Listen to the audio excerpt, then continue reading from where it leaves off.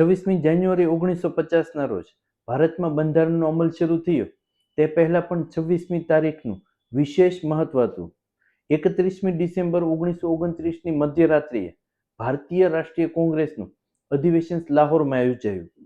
તો જવાહરલાલ નહેરુની અધ્યક્ષતામાં યોજાયેલા લાહોર અધિવેશનમાં જાહેર કરવામાં આવ્યું હતું કે જો અંગ્રેજ સરકાર 26મી જાન્યુઆરી 1930 સુધી પૂર્ણ સ્વરાજ્ય આપવા તૈયાર ન થાય તો ભારત દેશ પોતાને પૂર્ણ સ્વતંત્ર દેશ જાહેર કરી દેશે. 26મી જાન્યુઆરીનો દિવસ નજીક આવતો ગયો, તેમ છતાં અંગ્રેજ સરકારે કોઈ જ પગલાં ન ભરતા સમગ્ર દેશમાં પૂર્ણ સ્વરાજ્યનો નારો ગુંજી ઉઠ્યો. તો પૂર્ણ સ્વરાજ્યની માંગ સાથે દેશમાં રાષ્ટ્રભક્તિની લહેર ઊભી થઈ ગઈ.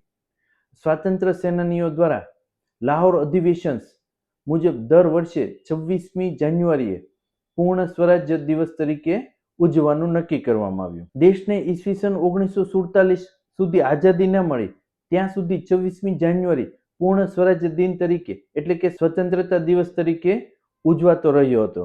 તો ભારતીય બંધારણ સભાની પહેલી બેઠક 9 ડિસેમ્બર 1946માં મળી અને 1947માં 15મી ઓગસ્ટના રોજ દેશને આઝાદી મળી, પરંતુ દેશ પાસે પોતાનું બંધારણ ન હતું. ગાંધીજીની ઈચ્છા મુજબ B.R. આંબેડકરના નેતૃત્વમાં 2 વર્ષ અને 11 દિવસ સુધી મહેનત કરી અને દેશનું બંધારણ તૈયાર કરવામાં આવ્યું. દેશના આ સંવિધાનને બંધારણ કમિટીએ 25મી નવેમ્બર 1949ના રોજ અમલ માટે રજૂ કર્યો. 1950માં ફરી દેશના પ્રજાસત્તાક દિવસ તરીકે પસંદ થયો.